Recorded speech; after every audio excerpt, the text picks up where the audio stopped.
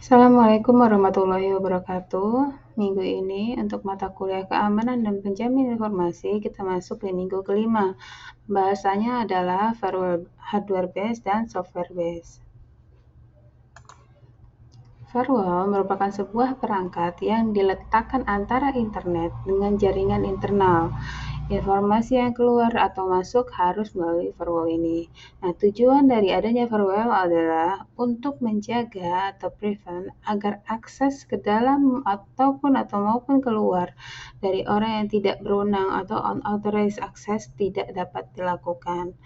Nah, konfigurasinya sendiri ini bergantung kepada kebijakan dari organisasi yang bersangkutan yang dapat dibagi menjadi dua jenis. Yang pertama adalah prohibited dan permitted. Ya, jadi posisi firewall ini pas pada saat kita menggunakan jaringan internet, ya, ini dia tidak langsung ke client switch, langsung masuk ke client, tidak, tapi nanti akan diblok oleh si firewall sendiri, sehingga orang-orang yang tidak berwenang atau tidak memiliki akses tidak dapat mengakses ke dalam si client. Contoh firewall-nya, nah dari gambar satu ini dilihat hardware firewall. Hardware firewall menyediakan perlindungan ke local area network. Jadi dari internet ya, di sini ada public network ya, ini jaringan public network. Ini hardware-nya. Ini hardware firewall usually part of TCP/IP router. Nah, jadi hardware firewall ini dia sudah berada di dalam routernya, ya. Jadi settingan routernya sehingga pas pada saat kita mengakses ya, si user ini mengakses ya, entah itu dalam menggunakan laptop dan lain sebagainya yang terhubung ke switch ini sudah aman ya. Jadi sudah secure private network di sini karena pas pada saat di router sini dia sudah dikonfigurasi untuk pensettingan dari si firewall-nya sendiri. Ini yang pertama. Ataupun bisa yang kedua ya. Ini dia dengan menggunakan software. Komputernya tidak menggunakan firewall software untuk proteksi jaringan. Nah, pas pada saat di sini ini internet ya, sebelum si user ini mengakses ya, dapat mengakses ke internet ini. Nah, di sini ada satu buah komputer ya yang sudah disetting dengan menggunakan apa sih namanya software untuk firewall-nya sendiri ya. Nah, pas pada saat di sini kalau tadi sebelumnya itu pensettingannya dia menggunakan hardware ya, hardware firewall-nya ya yang berada dalam router. Kalau ini dia diinstalkan. Jadi satu buah komputer di sini sudah diinstalkan software firewall-nya sehingga pas pada saat si klien terhubung ingin mengakses ke internet ya, di sini sudah disaring terlebih dahulu atau sudah diblok oleh si software firewall-nya itu sendiri, sehingga jaringan yang digunakan oleh para klien di sini ya, ini sudah aman atau secure private network-nya sudah oke. Nah, macam-macam firewall secara konseptual terbagi menjadi dua firewall. Yang pertama adalah network level ya, level ini mendasar keputusan pada alamat sumber, alamat tujuan, dan port yang terdapat dalam setiap paket IP ya. Jadi ini hal yang paling dasar banget ya. Jadi apa sih di sini untuk alamat-alamat sumbernya atau portnya ini nanti bisa ditutup dan lain sebagainya. Nah, yang kedua adalah application firewall. Ini host yang berjalan sebagai proxy server yang tidak mengizinkan lalu lintas antar jaringan dan melakukan logging atau auditing lalu lintas yang melaluinya. Jadi ada application firewall. Kalau di sini dia nggak boleh ada yang apa sih namanya? Ada dari si kalau seseorang menggunakan proxy ya, proxy yang lain gitu untuk apa sih menembusnya. Nah, di sini dari login sama dari loginnya ini sudah dihalangi ya. Terus juga dia juga akan mengaudit atau mengecek ya dari lalu lintas penggunaan yang berhubungan dengan internet. Itu seperti itu. Nah, karakternya sendiri firewall bekerja dengan mengamati paket IP atau Internet Protocol yang melewatinya. Berdasarkan konfigurasi dari firewall, maka akses dapat diatur berdasarkan IP address, port, dan arah informasi. Detail dari konfigurasi bergantung kepada masing-masing firewall-nya. Jadi dari settingannya ini ya, atau konfigurasinya sendiri. Terus yang kedua adalah firewall dapat berupa sebuah perangkat keras yang sudah dilengkapi dengan perangkat lunak tertentu, sehingga pemakai atau administrator tinggal melakukan konfigurasi dari firewall tersebut. Kayak tadi ya, posisi hardware-nya itu posisi pensettingannya atau konfigurasinya itu berada di dalam router. Terus lalu yang terakhir adalah firewall juga merupakan perangkat lunak yang ditambahkan kepada sebuah server baik Unix maupun Windows NT yang dikonfigurasi menjadi firewall. Nah, ini yang tadi contoh untuk yang kedua. Posisi penggunaan firewall itu kita menggunakan sebuah software yang ditanamkan ke dalam sebuah komputer sebelum kita bisa atau sebelum si klien bisa mengakses ke dalam mengakses sebuah internet, itu seperti itu. Nah, keuntungan dan kelemahannya. Keuntungan firewall sendiri ini merupakan fokus dari segala keputusan sekuritas. Terus lalu firewall dapat menetapkan suatu kebijakan sekuritas. Firewall dapat mencatat segala aktivitas yang berkaitan dengan alur data secara efisien. Firewall dapat digunakan untuk membatasi penggunaan sumber daya informasi. Ya, jadi dari firewall ini sebenarnya beberapa poin bisa diatur, itu seperti itu. Kayak misalnya kita menentukan port mana yang bisa dibuka, port mana yang tidak, atau mungkin URL mana yang bisa kita akses, mana yang tidak, dan lain sebagainya. Kelemahan firewall sendiri, dia tidak dapat melindungi network dari serangan koneksi yang tidak melewatinya. Terus lalu firewall tidak dapat melindungi dari segala serangan dengan metode baru yang belum dikenal. Jadi dia hanya baru mengcover dari serangan-serangan ini aja ya, yang berasal dari sini saja.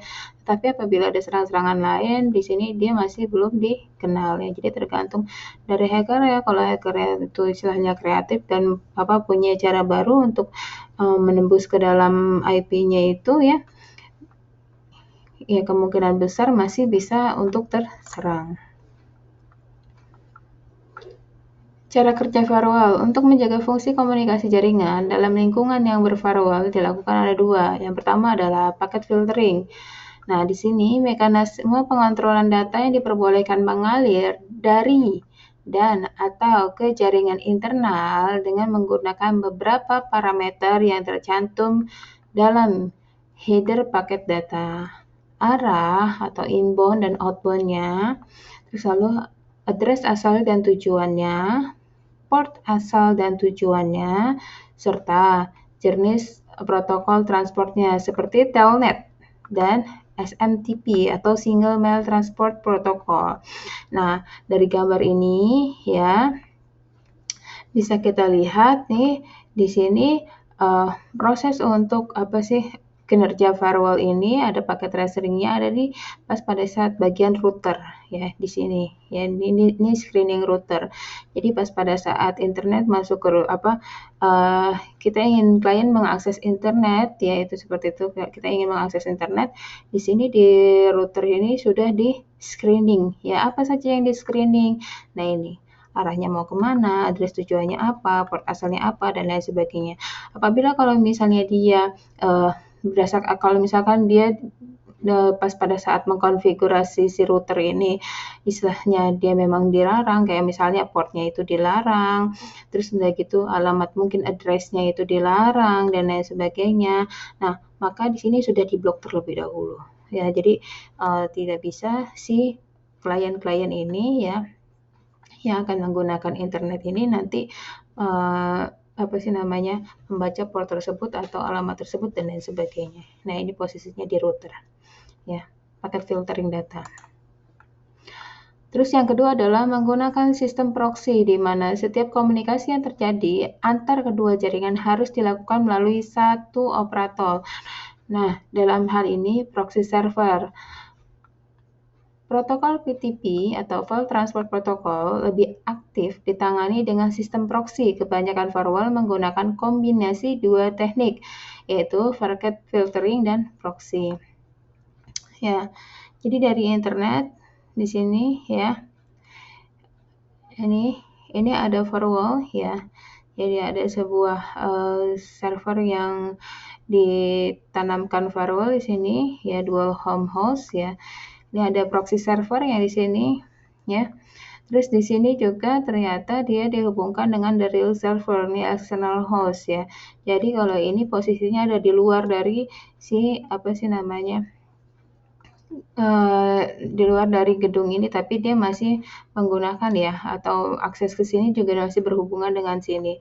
Nah, setelah internet ini dia melewati si server ini, atau dikatakan adalah proxy server, dia baru si klien-klien di sini nanti dia bisa menggunakan. Nah, di sini ada namanya proxy client atau internal host ya.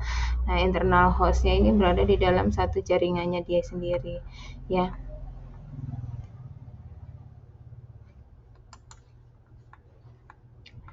Beberapa perangkat lunak berbasis Unix ya, yang dapat digunakan untuk melakukan IP filtering antara lain IPFWADM merupakan standar dari sistem Linux yang dapat diaktifkan pada level kernel ya. Ada IP Chains, itu versi terbaru dari Linux paket kernel packet filtering yang diharapkan dapat menggantikan fungsi IPFWADM. Nah, fungsi proxy dapat dilakukan oleh berbagai software tergantung kepada jenis proxy yang dibutuhkan. Misalnya web proxy, Erlogin proxy, VTP proxy, dan seterusnya. Ya.